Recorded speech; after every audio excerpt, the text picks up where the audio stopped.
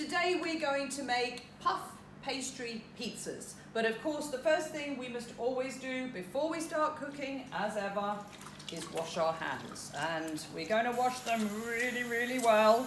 As we know, always when we touch food, handle food, before we eat food, we always wash our hands. All right, give them a really good wash. And then we're going to put on an apron, a clean apron, to keep us lovely and clean, and obviously to keep the food safe. Right, I'm going to dry my hands and we're going to get cooking. Right, so what we're going to do today is, here is one I have made earlier. All right, this is our puff pastry pizza. All right, super easy, super delicious, and super simple. All right, and this is a great recipe where you could use up any bits that you might have left in the fridge. So let's just quickly run through what we've got, okay? So we've got mushrooms, we've got some mozzarella cheese, which has already been grated, all right? You could use pieces. We've got a yellow pepper, we've got some courgettes, all right? You could use broccoli or any other vegetables if you wanted. We've got spring onions here, good old spring onion, oh, sorry about that. Good old spring onions, all right? We've got lovely sweet corn, one of our favorites, all right? We've got some basil leaves, all right? And we've got some chopped tomatoes, obviously they're fresh. Then here, we've got tomato puree, all right? This is concentrated tomato puree. We've got what we call passata, or chopped tomatoes, and we've got some oregano. All right, so rather than making our own dough, we're going to use just roll puff pastry. All right, it's a bit of a cheat, but it's also very delicious and it's slightly easier to use. Okay, equipment wise, really don't need a lot, to be honest.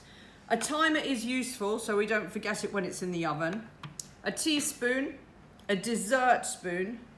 I've got a chopping board here, a sharp knife, obviously adults supervise or be very careful with your fingers, scissors, and a baking tray. And I think that's about it. So once you've got all that together, it's time to cook. So what you want to do is, the first thing you want to do is take the pastry out of the packet. And the pastry comes in a packet like this, and it comes in a roll. So what you're going to do is just, you're just going to unroll it, all right? This pastry's been frozen, so it might take about 10 or 15 minutes to defrost before you unroll it. Once you unroll it, you will have actually a length, which is probably 2 of these. So you want to take your knife and cut the pastry in half. And what I've done is I've kept the piece of paper because I'm going to actually bake it on the piece of paper just to save again.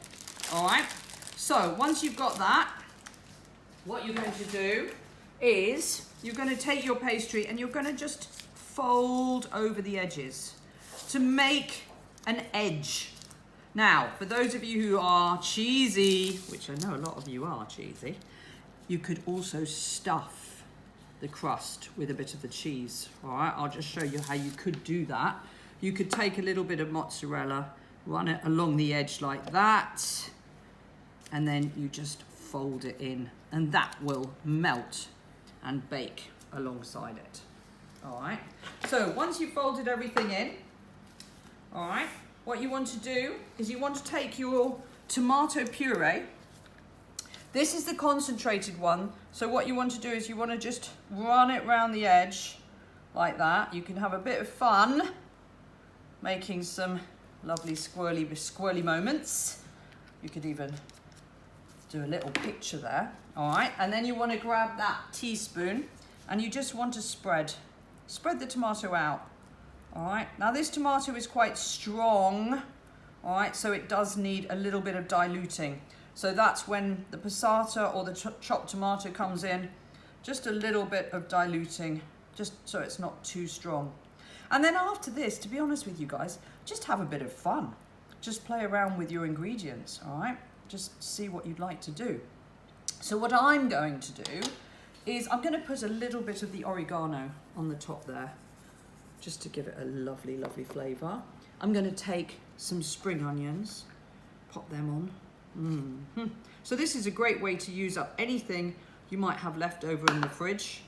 What should we go with? Oh, let's have some courgettes all along the base, like that. So these have just been sliced up, quite thin. You want them quite thin because obviously they've got to cook. And this doesn't take long to cook. It probably takes about 15-20 minutes at the most in a hot oven. What have I got here? I've got some yellow peppers. Again, you could use red peppers, orange peppers, green peppers, whatever you like, really. What haven't I done? Let's have a bit of mushroom. Again, if you don't like mushroom, don't use it. This is really flexible. You can put whatever you like. For those of you who like tuna fish, you could use some tuna fish if you wanted to. That would be nice too. Or just keep it all veggie. Now, what haven't I done? I think a little sprinkling of sweet corn. This is adding to your 5 a day. So that's always good. You know what Fiona's like with her 5 a day. Yes, very important. Lastly, I think a bit of colour again. A bit of real fresh tomatoes. Again, if you've got some fresh tomatoes that just need finishing up, don't forget these are going to bake, so it doesn't matter if they're a little bit soft, that won't matter at all. Okay, and then finally, sprinkle with the mozzarella cheese. If you don't like mozzarella cheese, that's the stringy one, you could always use cheddar cheese. So you can either grate the cheddar cheese yourself or buy it grated. It's completely up to you. You can have strong, mild, medium. It's completely up to you. That looks lovely, really good. And then, finally, just sprinkle a few of the basil leaves on top just to give it a little bit of extra flavour. And then you just scoop that onto your baking tray very carefully. And that will go off into the oven to bake. And ultimately, it will look like that when it's finished. So easy peasy, puff pastry pizza.